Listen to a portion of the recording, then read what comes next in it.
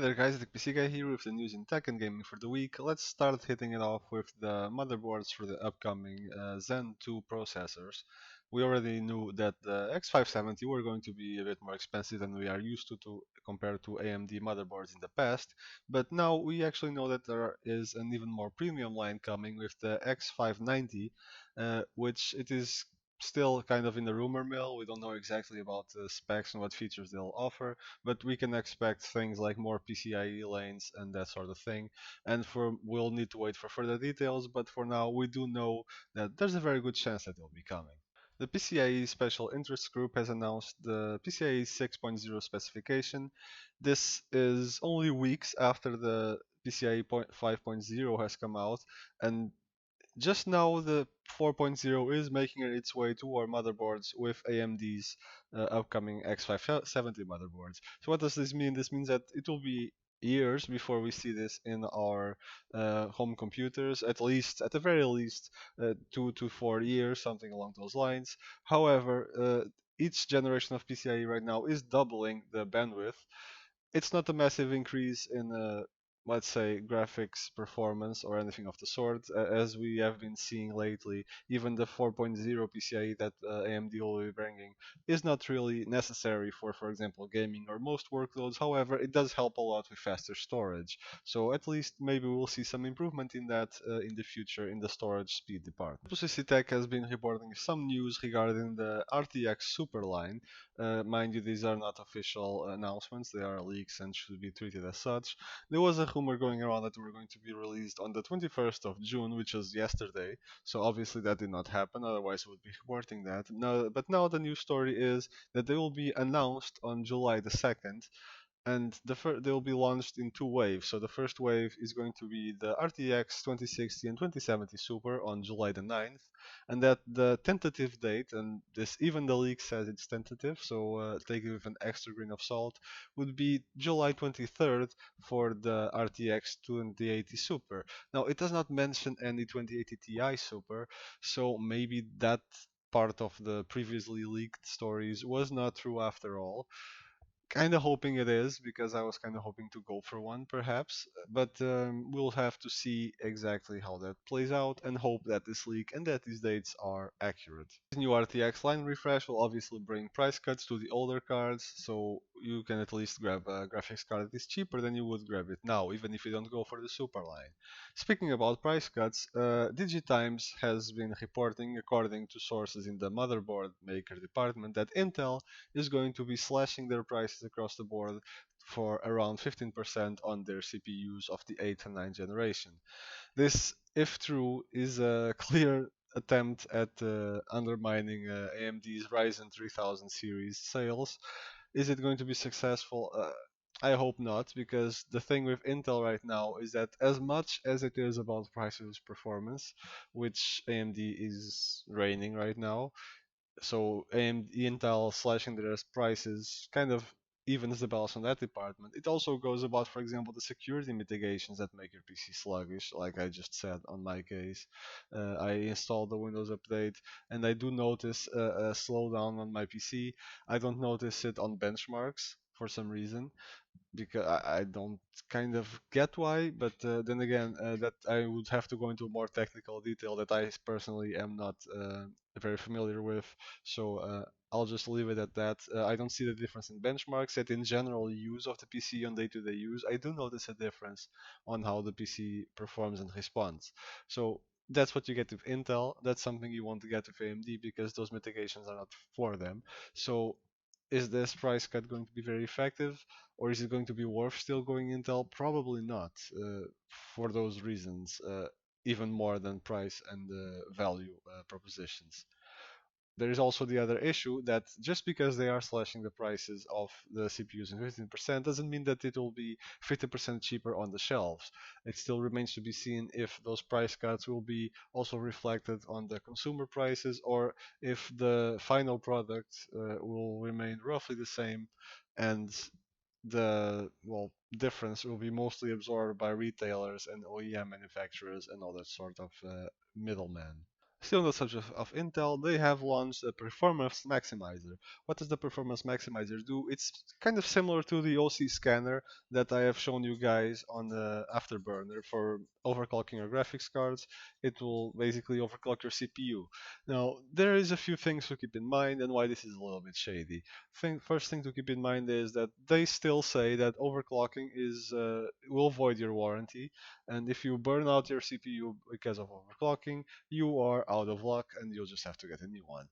And then they give you a tool to auto overclock your CPU. Because the tool overclocks automatically, you don't input values there. It's not really your own controlled thing, and you don't really choose what the tool does, at least not for the most part. So if it does somehow make a mistake and destroy your CPU, Intel did it. I mean, sure, you ran the tool, but it's Intel's tool, and the CPUs are Intel CPUs. So you would think that there would be some sort of some level of responsibility that they would have to take for that. But no, using the tool is at your own risk. It voids your warranty.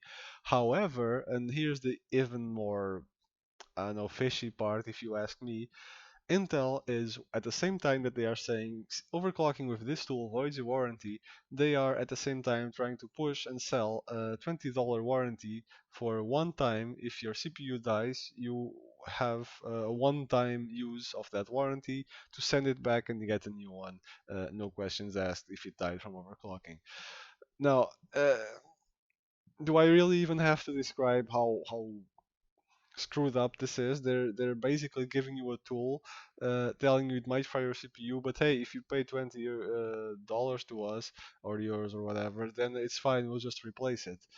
I mean, is that how much confidence that they have on their tool that it's not going to destroy your CPU? Is that how much confidence they have on their CPUs that they cannot handle any overclocking, even if a relatively minor one like this tool does?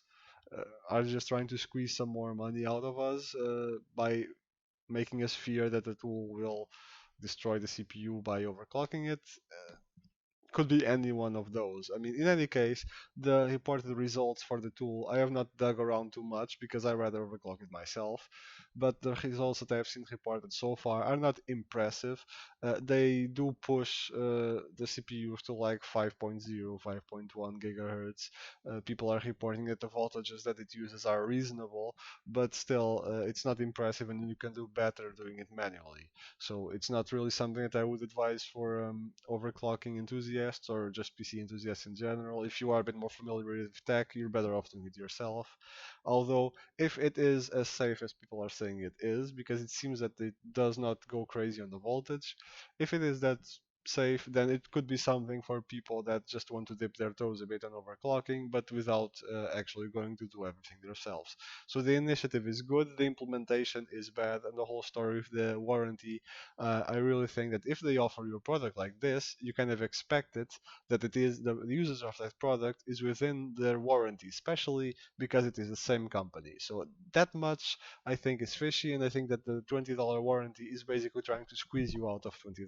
Also, you cannot overclock just about any processor. The only processors supported by this overclocking tool are the ninth generation K processor, 9900K, 9700K, 9600K, as well as the KF variances. But anything, if you have a 9600, no go, you need a K version. It needs to have a K in the name there. Last story on the hardware department, AMD EPYC Rome prices and specifications have leaked out. It's supposed to be a 64-core, 128 threads, which is pretty impressive. 3.4 gigahertz boost clock at 225 watts, and it's about to cost about $10,000 US. For comparison, the Intel's 56-core processor, the 112 thread Xeon Platinum 9282, and excuse me for reading, but I'm not very familiar with this level of processors, so I have to kind of look at the notes.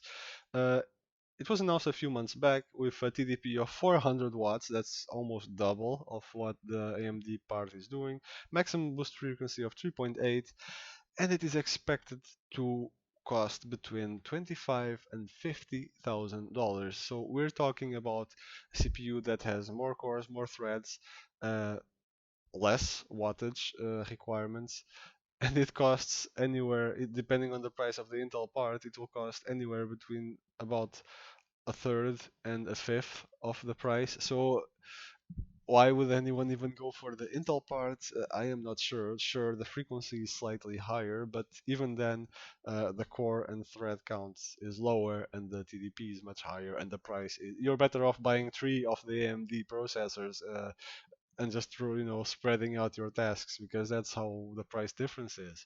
So yeah, there is that. Don't have a lot of gaming news for the week actually. I keep saying it's tech and gaming news, but it always usually ends up being mostly tech. I do have a little tidbit of information. World of Warcraft 8.2 patch is going to be coming live this next week on June 25th. It's supposed to have actually a lot of stuff. It's kind of almost a mini expansion, what people are describing it. So it's more than the average patch. So if you are a WoW player and you have been taking a break, now might be a good time to go back because it's looking like it might actually be a lot of fun. Something that this last expansion has been lacking in some departments. So I'll see about that when I actually play it. Something that I should feel I should comment on, it's the whole Cyberpunk controversy. Even though it's not strictly related to the game itself, or to gaming, or to tech, it has become kind of an issue online. It's been getting a lot of attention, and it usually revolves around the depiction of certain races in the game. They are calling it racist. I mean certain news groups and journalists and people trying to profit from the popularity of Cyberpunk and trying to ride the wave to some, easy money around the depiction of some race like the animals. There's a gang in a game called the Animals, and they are kind of trying to. And it has a lot of people of different races, and they are trying to call the gaming company and the developers racist by calling them animals. Now, the leader is called of that gang is called Sasquatch, so that already gives you a kind of heads up of why, because of the animalistic strength that they are very that gang in the game is very focused on, it's the buff people all muscled up and that sort of thing. So that kind of already gives you away why they are called like that, and it's not a racist thing. Something people are also jumping on is the other one of the other gangs in game called the Voodoo Boys, which are usually people of darker complexion or African American and so on and so forth. Now, you would think that them being called the Voodoo Boys would give kind of a heads up that it is kind of based on the real life, religion, let's call it, of Voodoo, which is practiced in Haiti, and people in Haiti are also of a darker complexion, so it all kind of makes sense and it is actually accurate. But yeah, don't let them stop you from trashing the game, obviously. Also, another faction of people out there are trashing the game because of the representation of let's say transgender people. It's not really transgender because it's mostly cybernetic implants in the game, but that's the closest correlation in the real life. The representation of those transgender people in the game, because there was a transgender person in the poster advertising whatever in game, like in game advertising. I mean, not an actual real product in real life, like advertising, like I don't know, lollipops, whatever. In any case, it's one of those cases of people just having to jump on something and being offended by something, which personally to me really tires me. If there was no representation in game, they would say that there is no representation. There needs to be people of this sexual preference or of this race or whatever in game, and they are not represented, and they have to be. And people would complain. Now they are there, they are represented. They're actually with some realism to real life. Like for example, the Voodoo Boys gang. Like I said, it is based in real life. It is accurate. They even got the language and dialect that they use accurate. And people still complain. So it's just these days people have to complain about something and it gets really tiring.